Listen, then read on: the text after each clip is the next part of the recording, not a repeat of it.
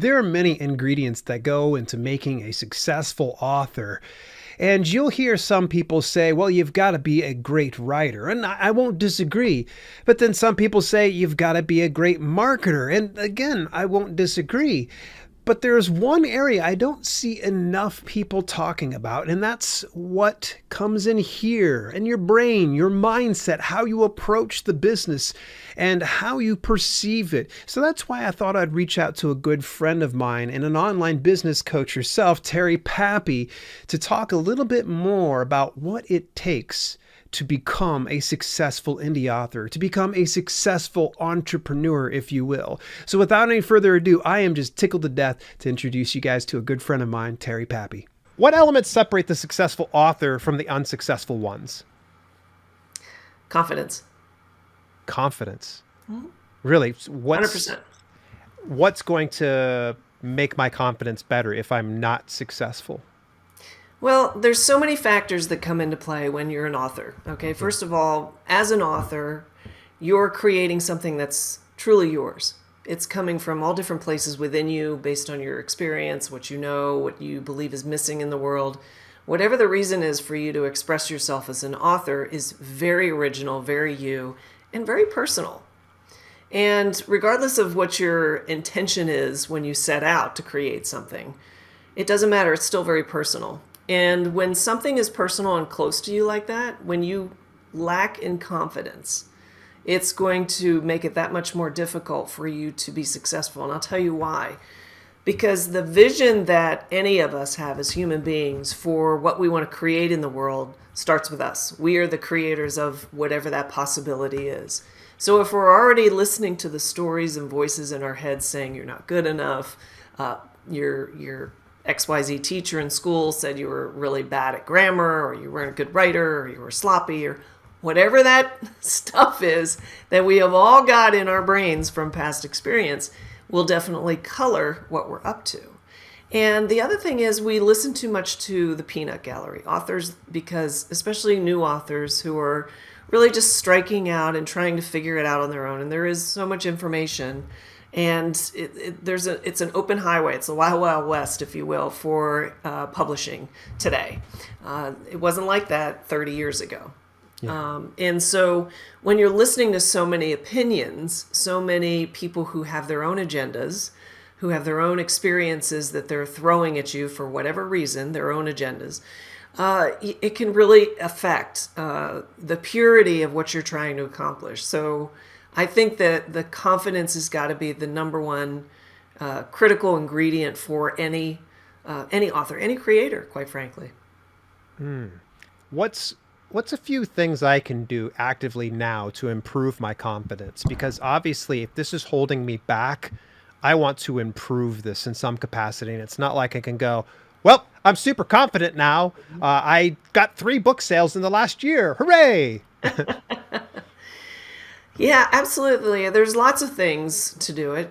You can GTS, okay? That's one thing. Google that shit to find your own way, because everyone's unique. Now, what I did whenever I had a challenge with confidence or self-esteem, especially in something new that I was trying, like when I published my first memoir, I really wanted to be picked up by a publisher. I did everything and anything to get an agent and to be accepted. And nobody wanted to talk to anybody back then about doing a memoir, especially from some unknown author who has never written a book or published anything.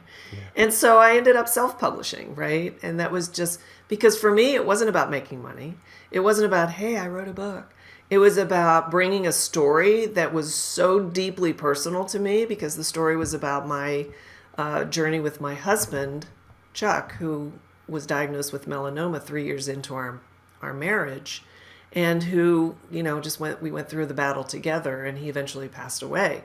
And it was a very sad, obviously, story, but it was a very sweet, funny, very Terry story. And because it was we kind of wrote it together because I incorporated his journal entries while he was going through his cancer treatment into the book. And so I thought it was such a unique creation. And I know that anyone else who had gone through that experience would benefit from it. And my promise to myself in writing it was, if one person reads this story And it soothes them, provides them relief, provides them comfort that they're not the only one in the world dealing with it, which is how I felt when he passed away. Then I've done my work. And that was the attitude I had with it. So I never wavered when I wasn't accepted by Penguin or, Wiley or one of the big Seven Sisters or these, big presses, or courted by agents, or, when I tell somebody about my idea, that they didn't just go, "Oh my God, that's the most wonderful thing in the world." I was never swayed by that because I had my compass. And so that is definitely one of the things that will build confidence, is really getting clear about your intention for why you're doing what you're doing when you're creating that. And there are other things you can do regarding building your confidence, but a lot of it starts with exploring the stories that are stopping you. So are you listening to too much of the peanut gallery? Are you looking for validation from the populace, your circles, family, friends, colleagues? Are you looking for them to be excited for you, to buoy you up? Really do a self-assessment in where you stand with all those things, because all you're doing is you're defeating the purity of what you're creating by allowing the peanut gallery and other people to weigh in, and not trusting yourself with what you're bringing to the table, and that you have a voice and that you have value. And you got to remember, when you're writing anything, whether it's a blog post, a social media post, or a 70,000 word, nonfiction or fiction, the process of bringing that into creation is the highest value you'll ever get from writing a book. And if you ask any accomplished author who actually enjoys the writing process, there are authors, a lot of authors out there, who absolutely hate the writing process, and they either bang their way through it or they hire ghostwriters. That's very popular today, is to hire a ghostwriter. And if you talk to any author who actually creates and generates their own work, their highest joy is when they're writing that book. And when they finish that book, what's the next one? And so any author, look at J.K. Rowling, it's like the Harry Potter thing came and went, but now there's new things. She's not stopping, right? She's got so much fuel now. There's so many stories and so many ways that she wants to express herself, and they're still getting bought up by Hollywood because there's already this crowd there and everything, and everybody thinks it's about that. They're getting all like wrapped up around that, but that was just a vehicle that allowed her to share what was really originated inside her heart and her mind, and that creative world that she created for millions of people and will continue to create till she probably dies. And that is a true writer. That is a true creator, and there's not one person on the planet that can't be that person. Nice. I love it. I always like to dig just a little bit deeper with you, because your mindset and philosophy on life is just second to none. So this leads me over to something that I learned about when I first met you, and it's something that resonated really big with me, and it's your 3 principles. You established the foundation of your business approach and, to a certain extent, life approach. Can you share those 3 B's of better understanding, better communications, and better relationships? And how does that apply to authors? Well, that's neat to put it in that encapsulation, but just for your audience, Better 3 is the name of my company, and I founded this company back in 2006, although I didn't name it that right off the bat. It took me several years of working with clients to really understand what was missing in the marketplace as far as what I did. And I'm a creative, so I write, I design, my background is in commercial art and things like that. So I'm a creative, so people hire me to make things for them and make their stuff look pretty, build brands and all that good stuff. And to this day, I still do it. I love building websites. I love doing all of that branding stuff, and it's tons of fun. And what I noticed was that my clients really didn't understand their customers. They just didn't understand what their environment was like. They didn't understand where their pain was. There were so many things that I was more dialed into because I actually would reach out and talk to them. And so the Better 3 stands for better understanding, which is knowing what your clients and your customers really need.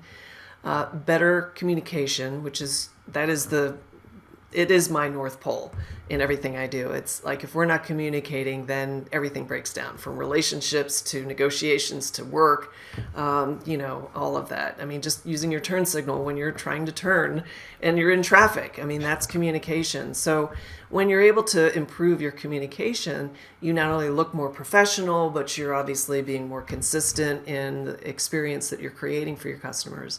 And then the final better is better relationships, because when you got the first two, you're going to get the third one, excuse me, because when you're committed to understanding your clients, you care more. There's more empathy. There's more transparency.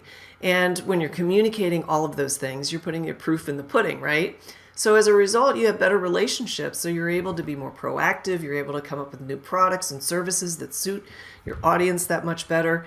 And what ends up happening is your audience actually becomes your sales force. They're the ones out there going out and saying how awesome you are. You've got to work with this company. So that is kind of like my credo, if you will, for where Better 3 came from. And as it relates to being an author and creating that, I would say, okay, so for better understanding, starts to where we began this conversation around confidence. It's understanding yourself and where your own flaws are and your own preconceived notions about what an author is. Maybe you need to just define what an author is for yourself instead of listening to what the crowd says or what you say, Dale. No argument. Your wonderful, wonderful trainings and coaching, which is fantastic. So that's where I think better understanding would be. And I would also, depending on what you're writing, if you're writing nonfiction, I would say better understanding of your audience. Who is that reader?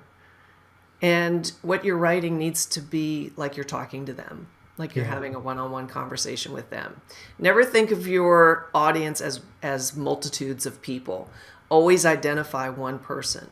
If you're writing fiction, you want to understand your characters because they will write the story. Definitely, most definitely. You have to have like excellent understanding and profiles of your characters. That's one thing I learned when I did some fiction. And then so if we move on to communication, that's your craft, okay? So as a writer, you need to know how to write, right? Use the active voice, not the passive voice. Make sure that your grammar is correct. There's nothing more frustrating than getting a self-published book that is a hot mess. Because what ends up happening is it becomes speed bumps for your reader, and they will have a problem reading, actually consuming what you've created, and they will put it down. And they won't buy anything else that you create, which is really unfortunate because you could have something really fantastic, but if the craft of putting it together is sloppy and, more like chat speak and social media posty, I mean, learn English grammar, whatever your non-native English speaking languages, if you're writing in that.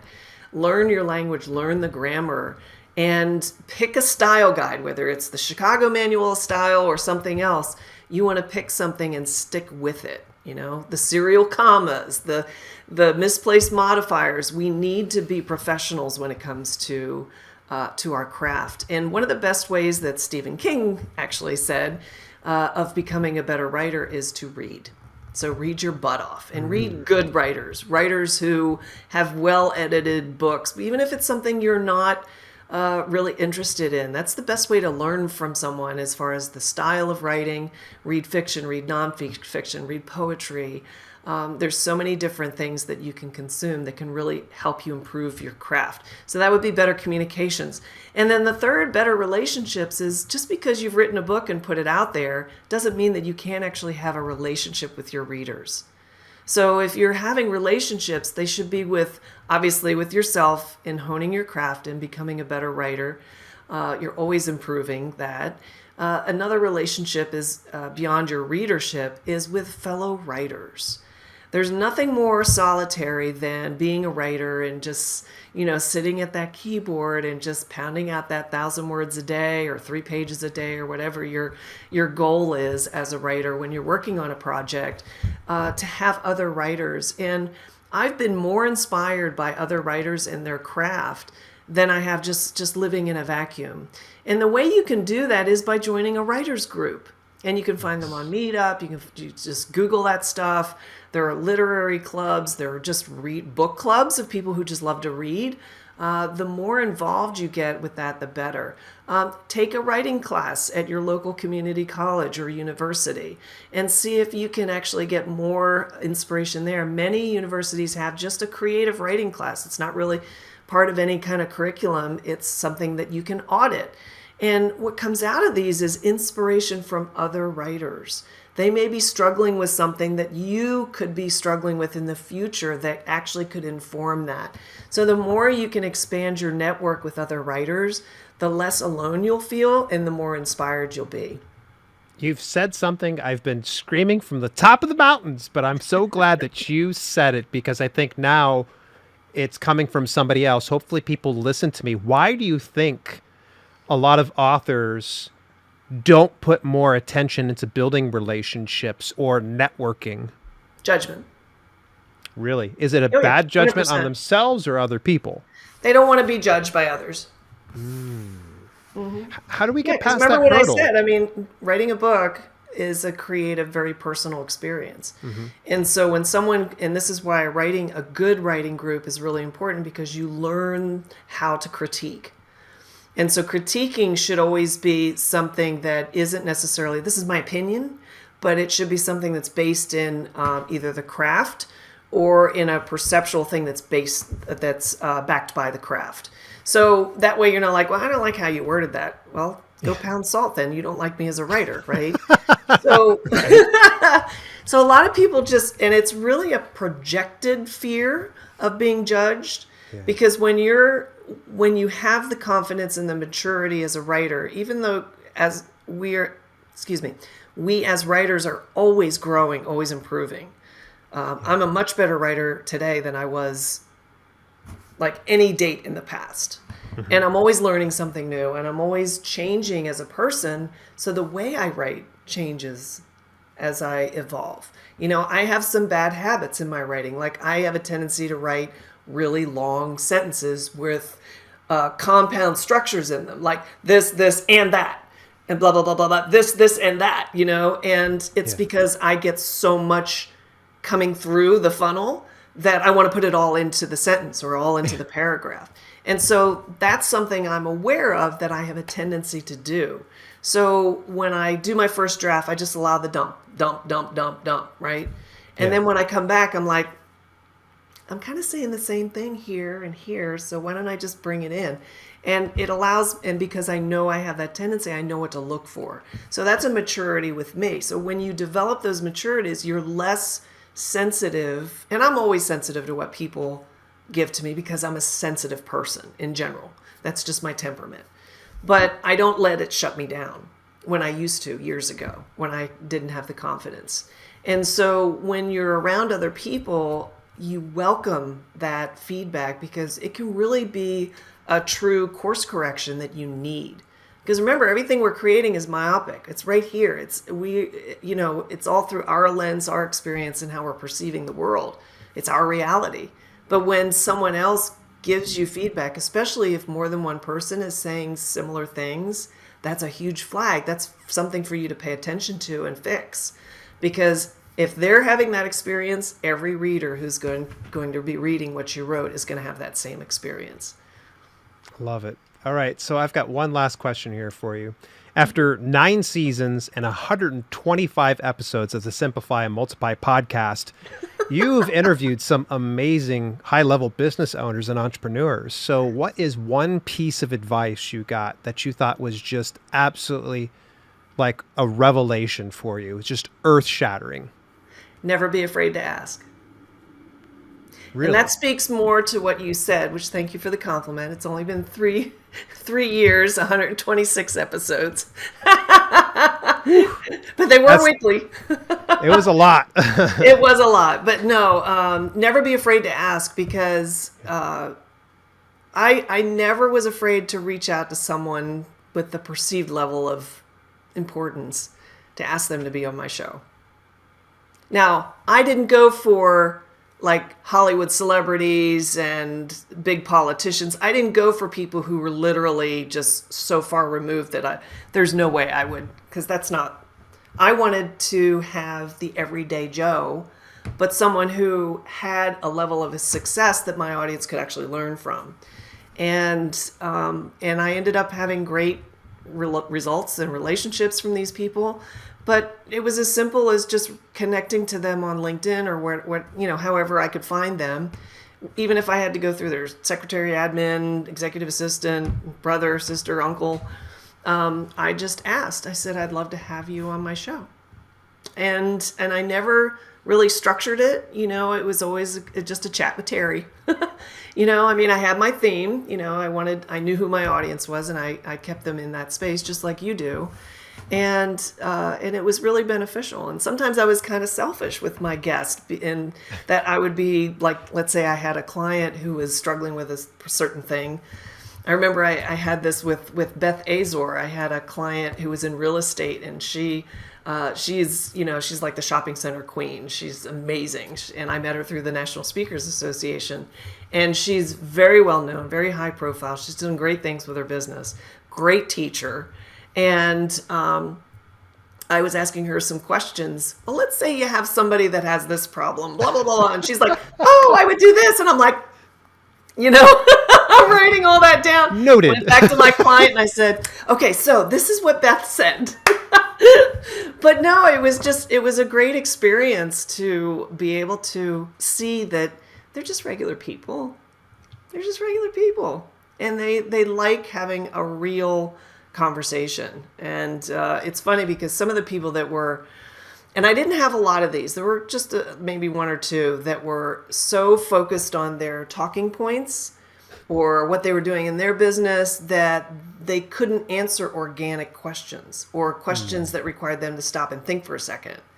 And, the show was still good, but I was disappointed because I love, just like you do, getting into the weeds a little bit with my guests and exploring topics, because so many podcasts are very superficial. They just kind of glide along the top where it's safe. They don't really go in deep and, invite people to actually explore things that they've never thought of before, had a perspective on, until that person actually asked that question. And since I kind of ask questions for a living, it was easy for me to do. Yeah. Big special shout out to Terry. Folks, make sure you go take a look at Terry over on her website at tpappy.com. Again, that's tpappy.com. I've, of course, got the link inside the show notes as per usual. Thank you so much for tuning in, folks, and I will catch you in next week's interview.